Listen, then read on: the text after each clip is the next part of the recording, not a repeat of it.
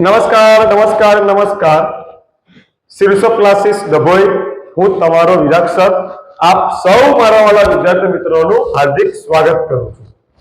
વિદ્યાર્થી મિત્રો આપણે જે આખું વર્ષથી રાહ જોતા હતા કે બોર્ડની પરીક્ષા ક્યારે આવશે બસ આવી ગઈ પરીક્ષા। સમજી લો અમુક વિદ્યાર્થીઓના મગજમાં ટેન્શન છે સાહેબ બોર્ડની પરીક્ષા બહુ અઘરી આવે હો કશું અઘરું નહીં લા ભઈલા કોઈ ટેન્શન નહીં લેશો। આપણે જેવી રીતે 1 થી 9 ધોરણની પરીક્ષા શાળામાં આપી છે ને એવી જ રીતે આપણે ધોરણ 10 ની બોર્ડની પરીક્ષા આપવાની છે। આખું વર્ષ જેને ખરેખર મહેનત કરી છે ને એમના માટે એક લાઈન એવી છે મારે આપ સૌ વિદ્યાર્થી મિત્રો માટે એક સુવિચાર કે રાત જાગીને કરેલી મહેનત વ્યર્થ નહીં જાય। રાત જાગીને કરેલી મહેનત વ્યર્થ નહીં જાય। આજનો પરસેવો તમને કાલે સફળતા અપાવશે અને અપાવશે વિદ્યાર્થી મિત્રો। હવે ઘણા વિદ્યાર્થીઓના મગજમાં એક મૂંઝવણ હોય છે કે સાહેબ જે બોર્ડની પુરવણી આવે છે એ બોર્ડની પુરવણી અમારે કેવી રીતે અંદર બધી માહિતી ભરવાની હોય છે એ સમજાવો ને। તો એના માટે આજે લઈને આવ્યો છું ડેમો કે બોર્ડની જવાબદારીમાં માહિતી કેવી રીતે ભરવી। તો ચાલો વિદ્યાર્થી મિત્રો આ તમારી પુરવણીનું પહેલું પેજ હશે બરાબર। આના ઉપર ઘણા વિદ્યાર્થી મિત્રોની ટેવ હોય છે શ્રી લખવાની, શ્રી ગણેશાય નમઃ બરાબર, જય માતાજી, હર હર મહાદેવ, ઓમ એ કોઈ પ્રકારની નિશાની પડવાની આપણે નથી બરાબર છે। હવે આપણે અહીં આગળ પહેલું આપ્યું છે કેન્દ્ર નંબર। તો તમારી જે હોલ ટિકિટ છે એ હોલ ટિકિટની અંદર તમારે અહીં આગળ કેન્દ્ર ક્રમાંક લખેલો છે વિદ્યાર્થી મિત્રો। અમારા ડભોઈનો કેન્દ્ર ક્રમાંક છે કેટલો તો કે ભાઈ 6501। તો અહીં આગળ લખી દેવાનો 6501। જે તમે રિસિપ્ટની અંદર સહી કરી છે એવી સહી તમારે અહીં આગળ કરવાની છે બરાબર। હવે ખાસ વિદ્યાર્થી મિત્રો કે જે આપણે રિસિપ્ટની અંદર બેઠક ક્રમાંક આપ્યો છે એ બેઠક ક્રમાંક નંબર અહીં લખવાનો છે। કેવી રીતે લખવાનો? અહીં આગળ બી જે નંબર હોય જે સિરીઝ હોય એ આપણે લખી દેવાની।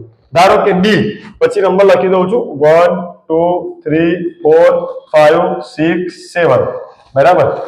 હવે નીચે એવું લખ્યું છે કે બેઠક નંબર શબ્દોમાં લખવાનું છે તમારે, પણ ઘણા વિદ્યાર્થી મિત્રો શું કરતા હોય ખબર છે કે અહીં આગળ બી લખી દે છે અને પછી લખે છે 12,34,567। તો આ નંબર ખોટી છે। આ પદ્ધતિ અમે લખવાનું જ નથી વિદ્યાર્થી મિત્રો। તો લખવાનું સાહેબ કેવી રીતે અમારે ચાલો શીખવાડું। હાલો બી 1 2 3 4 5 6 7 અહીં લખી દેવાનો બી, પછી લખવાનો અહીં આગળ 1, અહીં આગળ 2, આ 3, આ 4, આ 5 6 અને અહીં આગળ 7 આવી રીતે લખવાનું છે વિદ્યાર્થી મિત્રો બરાબર। નીચે છે ખંડ નિરીક્ષક સહી નામ સાથે, એ તમારે નથી કરવાની, તમારા બ્લોકમાં જે પણ આવશે સુપરવાઇઝર એ સહી કરશે। હવે ખાસ વિદ્યાર્થી મિત્રો હવે વિષય કોડ ને નંબર અહીં તમને સમાજની પુરવણીની અંદર તમને છાપીને આપેલો હશે બરાબર। બીજી કોઈ પુરવણીમાં છાપેલો ન આપે તો કઈ નહીં, આપણી રિસિપ્ટની અંદર વિષય આપેલા છે અને એની જોડે કોડ પણ આપેલો છે।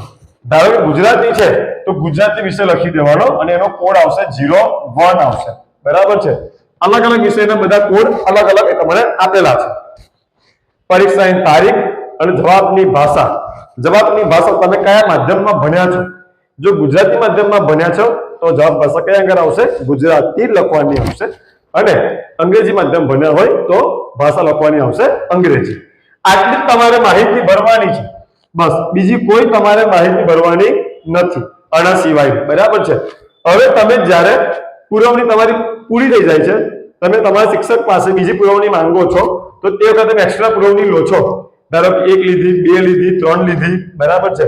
તો આપણે અહીં આગળ 1 તો તમને આપી છે લખેલી, વત્તા તમે કેટલી લો છો? ધારો કે 2 લીધી, 1 + 2 તો 2 ને 1 થાય કેટલા? તો કે 3 બરાબર, આ એક છેલ્લા ભરવાનું તમારે આવશે. હવે વિદ્યાર્થી મિત્રો બીજી એક વાત, અહીં આગળ મેં તમને એક બારકોડ સ્ટીકર બતાવ્યો છે, બરાબર છે. હવે બારકોડ સ્ટીકર ની અંદર પહેલું આન્સર બુક નંબર લખેલો હશે. એ આન્સર બુક નંબર તમારે તમારી હોલ ટિકિટમાં લખવાનો છે, ફરજિયાત. શા માટે લખવાનો સાહેબ આવો આ આન્સર બુક નંબર અમારે? તો જે વખત તમને એવું લાગે કે મેં પેપરમાં લખીને આવ્યો તો કે આવી હતી, બરાબર, અને માર્ક મારા બહુ ઓછા આવ્યા છે, મારે પેપર ખોલાવવું છે ને, તો તે વખતે આપણો આન્સર બુક નંબર લખેલો હશે ને, બહુ ઉપયોગી સાબિત થશે. એટલે અહીંયા કે પહેલો તમારા બારકોડ સ્ટીકર અહીં લગાડવાનું છે. એ બારકોડ સ્ટીકર તમારા શિક્ષક મિત્ર લગાવી આપશે, બરાબર. એમાં પણ આન્સર બુક નંબર લખેલો હશે. એ આન્સર બુક નંબર આપણે હોલ ટિકિટમાં લખવો ફરજિયાત છે. એના પછી તમારો સીટ નંબર લખેલો જ હશે અહીં આગળ, બરાબર છે.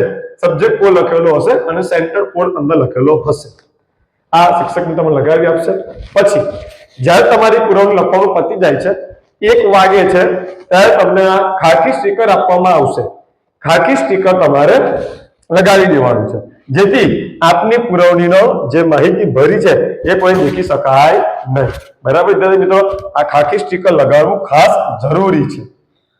એના પછી બીજા પેજ ઉપર તમને પાછળ બધા નિયમો આપેલા છે. અહીં પણ તમે જોઈ શકો છો કે ડેમો માટે આપણને ઉદાહરણ આપ્યું છે.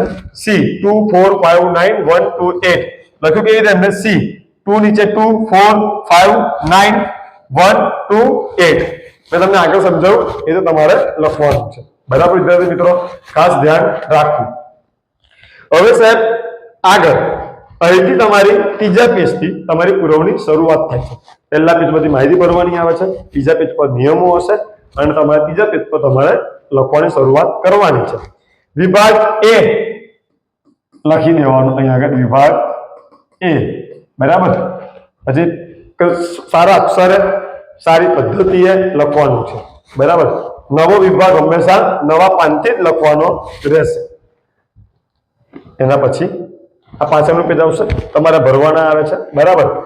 હવે સમાજ વિષયની અંદર તમને નકશો આપેલો હશે.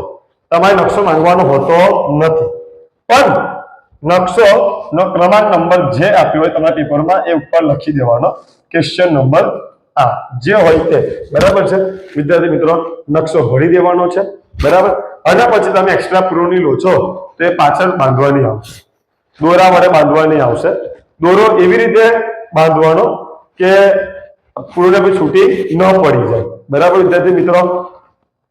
હવે છેલ્લે એટલું જ કહીશ કે ટેન્શન લીધા વગર પરીક્ષા આપવા જાઓ, બરાબર છે. ટેન્શન લેવાની કોઈ જરૂર નથી. જેટલું વાંચ્યું છે પુનરાવર્તન કરો, બરાબર. હવે આપણી પાસે રવિવાર, સોમવાર, મંગળવાર, બુધવાર સમય વચ્ચે છે, બરાબર. અને ગુરુવારથી સવારે 10 વાગે આપના પેપરની શરૂઆત થઈ જવાની છે, બરાબર. આપ સૌ મારા વાલીડા વિદ્યાર્થી મિત્રોને શીર્ષક ક્લાસીસ ડભોઈ, હું વિરાટ સર અને હર્ષિલ સર વતી આપ સૌને ઓલ ધ બેસ્ટ. પરીક્ષા શાંતિથી આપીને આવો, સારા માર્ક લઈને આવો, બસ એ જ તમારા તમને અંતર્મનના આશીર્વાદ.